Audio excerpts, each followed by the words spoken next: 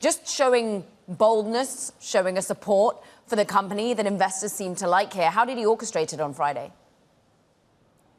Yeah, I mean, he did it in the midst of you and Ed talking with Robyn Denholm at Tesla, the chair of the company.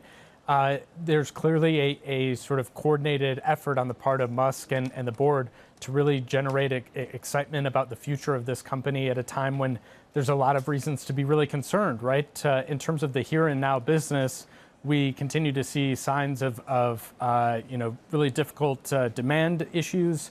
We heard from Denholm that the board downplays the extent to which Musk is doing damage to this brand with his politics and his involvement in that realm.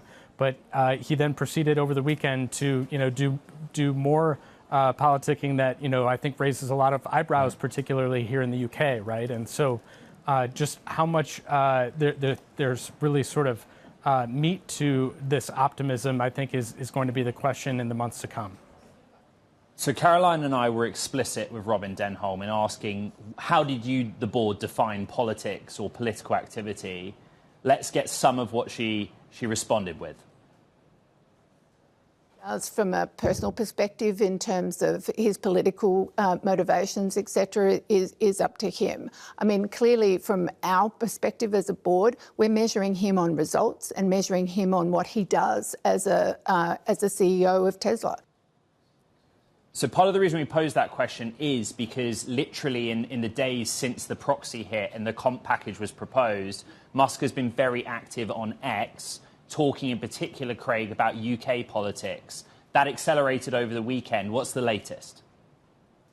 Yeah, this very far-right convicted criminal, Tommy Robinson, puts on this this march that I think did surprise a lot of people with how many people showed up. Of course, we should note there was a substantial counter-protest that showed up for this as well. But a lot of anti-Muslim rhetoric, a lot of talk about this idea of civil war, which we've heard Musk use that sort of rhetoric before.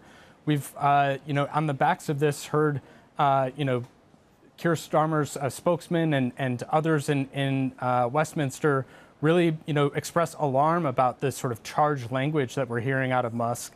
And, I think we're also in the U.S., of course, hearing over the weekend from the governor of Utah, where Charlie Kirk was assassinated last week, talk about the sort of evils of social media. And so on one hand, I think, from those comments that Robyn Denholm gave, it's clear that the board is willing to give pretty wide latitude in terms of what Musk is up to on a political basis. But if they're measuring for results, there are indications that this is not helping Tesla's brand.